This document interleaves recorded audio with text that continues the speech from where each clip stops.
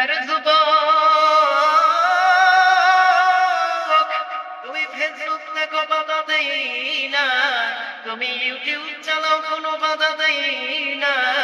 তুমি রাষ্ট্রের খবর নেও, বাধা দিচ্ছি না। ওরে যুবক,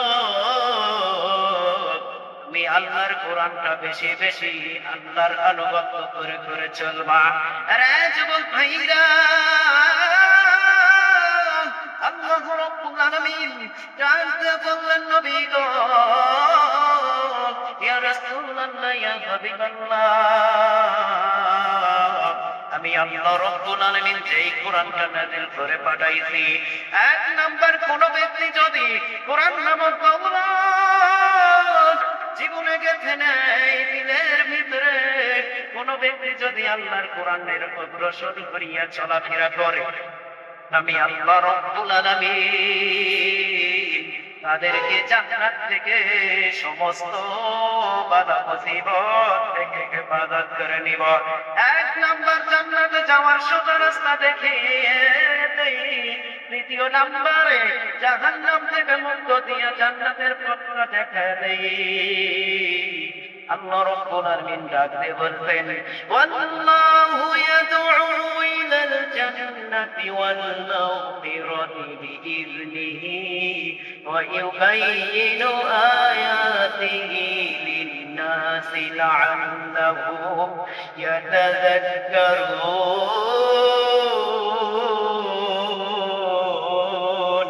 আল্লাহু আকবার। আরো জোরে বলেন আল্লাহু আকবার। আল্লাহু আকবার। আরে আল্লাহর বান্দা বান্দীরা, আল্লাহ রাব্বুল আলামিন কি বলেছেন এই আয়াতের মধ্যে? কত বড় কথা বলেছেন, একটু গভীর মনোযোগ দিয়ে শুনবেন। আল্লাহ রাব্বুল আলামিনের কারিশমাই আল্লাহ রাব্বুল আলামিন বলেছেন, এক নাম্বার কোন ব্যক্তি যদি দিনের মধ্যে কোরআনটা জীবনে মেনে নেই,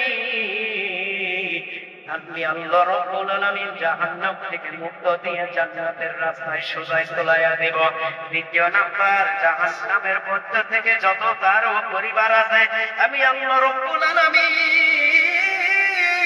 তাদের সঙ্গে করিয়া আমি আল্লাহ রাব্বুল আলামিন জান্নাতের মধ্যে সাবিকাত হিসাবে পাঠাইয়া দেই। জোরে জোরে বলুন সুবহানাল্লাহ। সুবহানাল্লাহ। পৃথিবী না জানো আমি তো জানি, আমি কি পাপ করেছি,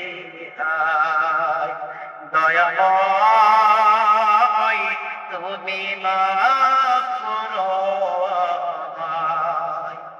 পৃথিবী না জানো আমি তো জানি, আমি কি পাপ করেছি, আমার পাপের করলে বিছানার পাশার আমার নাই উপায়। পৃথিবী না জানো আমি তো জানি, আমি যে কি পাপ করেছি। হায় ধরে বল মারহাবা, মারহাবা। আরো ধরে বলেন মারহাবা, মারহাবা। ডাকতে বললেন, নবী গো, ইয়া রাসূলুল্লাহ, ইয়া হাবিবাল্লাহ, যদি তোমার উম্মত কোনো পাপ করে থাকে, আমি আল্লাহ রাব্বুল আলামিন মাফ করে দেব। কিন্তু এমন টাইমে কোনো মাফ করা হবে না। বারবার তওবা করে করে করে আল্লাহর কাছে ক্ষমা চাই। আমি আল্লাহ রাব্বুল আলামিন বললাম, যদিও তওবাকারীর ক্ষমতা ক্ষমা আছে, আমি আল্লাহ রাব্বুল আলামিনের কাছে একবার, দুইবার, তিনবার করিয়া তওবা করে, তওবা করার পরে আবার তওবা ভাঙার পর আবার গুনার পথে চলে যাই। একবার নয়, দুইবার নয়, তিনবার তওবাকারী এই ভাঙাচোরা করার পরে আমি আল্লাহ তাদেরকে মাফ করার কোন নির্দেশ রাখি না। জোরে জোরে বলেন সুবহানাল্লাহ। আসসালামু আলাইকুম।